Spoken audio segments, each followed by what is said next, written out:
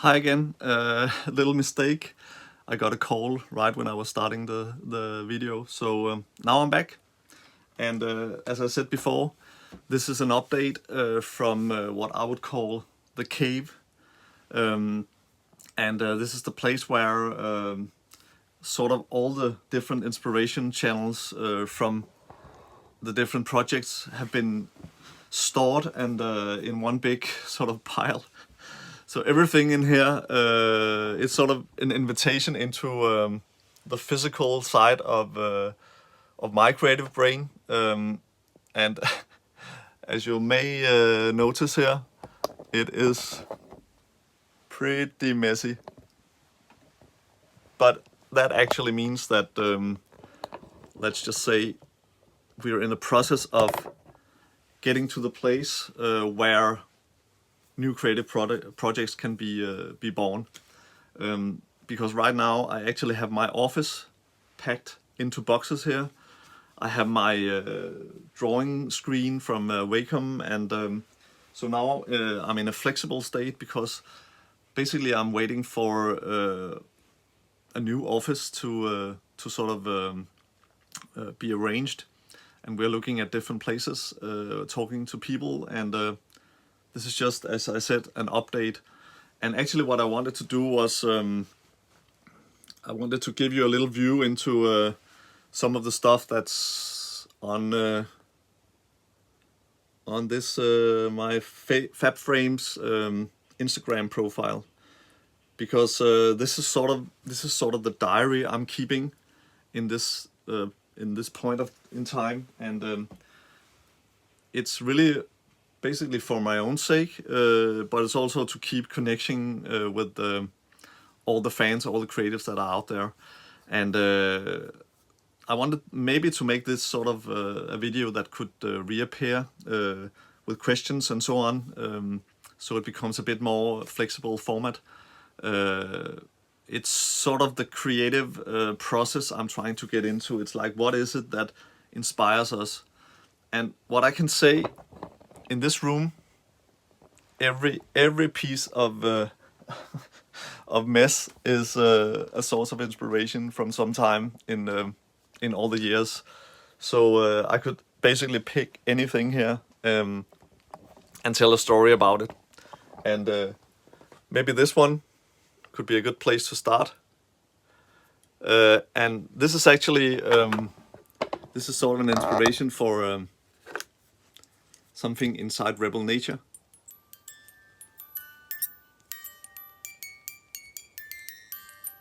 Because how will music? How do you sort of envision music in the future? And basically, it's just waves in the air that your ear pick up. So I got a question at one point from one of the drawings: what are robots listening to? What kind of music? And as I use music, it's like, it's quite amazing because let's just say music is, as you know, I'm really a vinyl nerd. But the cool thing is that when it gets into vinyl, it becomes physical. So you have actually the actual waves of the sound. And that, I think, is so amazing. It's so high-tech and low-tech at the same time. And when I showed my kids how vinyl works, they became really sort of, whoa, that's so advanced, that's so amazing.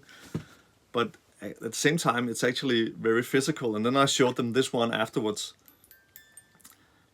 And that actually led to the idea that Res of Rebel Nature, the only music she is actually carrying into her sort of baby years is one of these. And it's playing a certain song which means the world to me. It's the song you probably heard in some of my videos called, it's originally called Nature Boy, but we have sort of, together with Cryoshell, we have redone it into Nature Girl to sort of get the balance right. And I think this is this could be an amazing story starter, that she's carrying this piece of music into the storyline. And speaking about Cryoshell, I talked to the band and the different members a lot these days, because new projects are on the way. And as you may remember, we are getting ready to put things into a new format with the Cryoshell band. But we have meetings about what we are doing and so on. So that's one thing on the shelf. And yeah, I could pick anything in here. Of course, the place we are looking for is a place that can sort of contain creativity for the future, and it has a lot of technology in it. So we are trying to partner up with some of the best people here in Denmark to create this place of future creativity. And what I wanted to say to the people who are listening to this one is, there's been a lot of talk about NFT and sort of the digital sort of what is happening and so on. And I get a lot of comments about how bad NFTs are for the environment and so on. And I'm really studying, I'm listening and so on, and I'm not into any projects yet. I'm fascinated about how sort of amazing this world is right now, and also, you know, the ups and downs of all the crypto stuff and so on. But watching and learning, and what I really hope is that it will mean that we get some creative control over the stuff we produce, and people can actually live from the creativity they're putting in to projects, and be owner of their own work in a much more sort of controllable manner. But it also gives the chance that, you know, everything I have in here is sort of my wallet. I don't know if you know that expression, having a wallet. It's a digital wallet where you have all your crypto in, but I wanna make that into a bigger thing, because as I see it, it's a personal gallery of all the stuff that means a lot to you. And I can point around here. This is a book I got when I did the TED Talk, which I'm really proud of. It was the scariest thing ever, and it was in Corona, so there was no audience. So standing there trying to be really thoughtful and pour your heart out, and then there's nobody reacting, that's a bit strange. And but it was a great experience, and it's also out on YouTube. So and of course, another piece of inspiration, this one. I actually bought it from an old man in an island in the Indian Ocean called Réunion. It's a French island, and I was there for a photo shoot. And he was standing at a little booth by the beach, and he had different things here. And in some way, I think it was quite amazing, because he had this one and this one. And I was like, you know, I went back to him and tried to sort of negotiate the price, but I just needed them. And in some way, they are the two they're the two opposites in all the storytelling I do. So of course you have the really brutal force of the shark tooth that can bite through anything, and then you have this thoughtful, you know, spiral, which is it's maybe the soft part and the hard part of being alive. So that was sort of symbolized by what he had on the table there. But these are really precious to me. And yeah, as I said, I could point to anything. I would want to show you this, which really means a lot to me. It is, let's see, so the camera doesn't tilt. I don't have that good a setup yet. But this is, can you see who this is?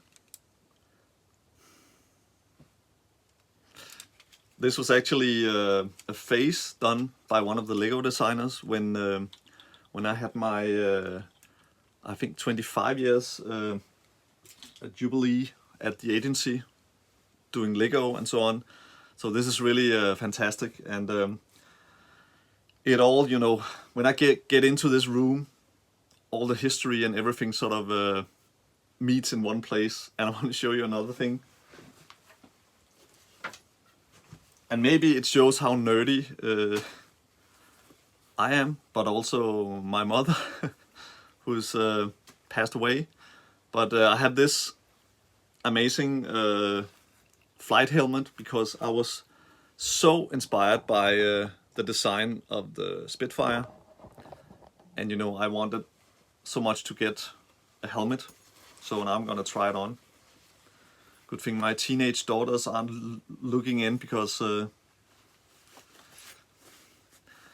yes, this is the pilot version of of Faber Files, and together with the goggles, which is not right here, it's actually a perfect skiing equipment because it has headphones inside there, and it's extremely warm. So I could definitely be in an open plane with that one on. And you know, yeah, maybe I wanna close this down now. And just hear what you're saying about this. I don't know if I have placed the things right so you can actually comment on this, but I will probably jump into live mode again and try to see if there's any questions you have. I just wanted to show you this one as well, which is like the whole Rebel Nature story on an Easter egg that I painted. So yeah, this inspiration can be used in any direction. Yeah, and of course, you know, this is a test print of a certain T-shirt, and yeah, this is not for advertising, but I'm just saying that we are working towards this creative hub, and doing that is not necessarily a very sort of a financially sound thing. I hope it gets into that, but of course the store is a great place to support the different things that are up and running. Anything more I could show you right now? Yeah, of course. One of the objectives is working for the global goals, and making them into storytelling, and making them playable. And this ball represents that pretty well. You know, we need to be able to activate the goals, because they will mean so much for future generations. So I think storytelling is basically the only thing that can achieve this goal number 17, which is collaboration for the goals. What can actually contain all the efforts and all the companies who wants to get into this, and all the private people who are doing creative projects and so on. They can all actually fit into a story, and that is why Rebel Nature is such a huge project for me. And it in some way it's the, you know, it's the lifeboat when I go into sort of, oh, this project is not happening and we're not getting this and so on. Then I have this lifeboat as the project to say, okay, I know exactly what the meaning with everything is, and that is to take storytelling to the next level with new technology. And as I said, we need to live with the technology, and sometimes actually maybe drink coffee from it, but also learn to control the AI and all the stuff that's happening. So instead of being afraid of technology, then go play with it, and see if we cannot make those future robots into empathic beings, because, you know, they will mirror what we do. So if we are empathic and kind, I think showing compassion and being grateful and so on, I think we can build that into the coming generations of machines. And that is most needed, especially in these times where the true dark side of human behavior is being displayed on the daily news. It's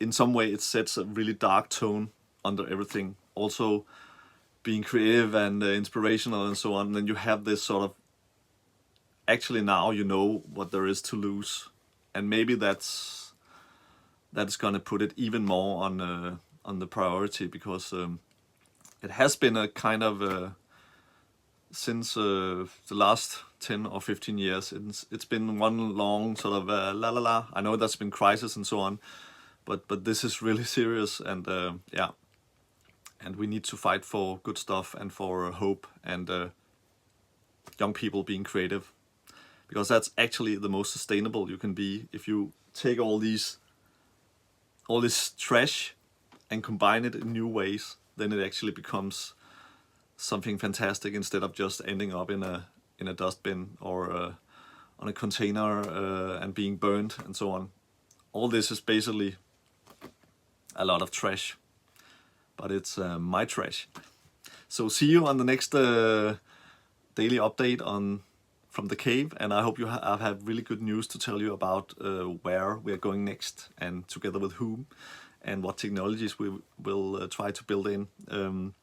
Yeah, so until then, hope you have questions and so on, and yeah, I will just dig into new inspirational stuff and show you stuff.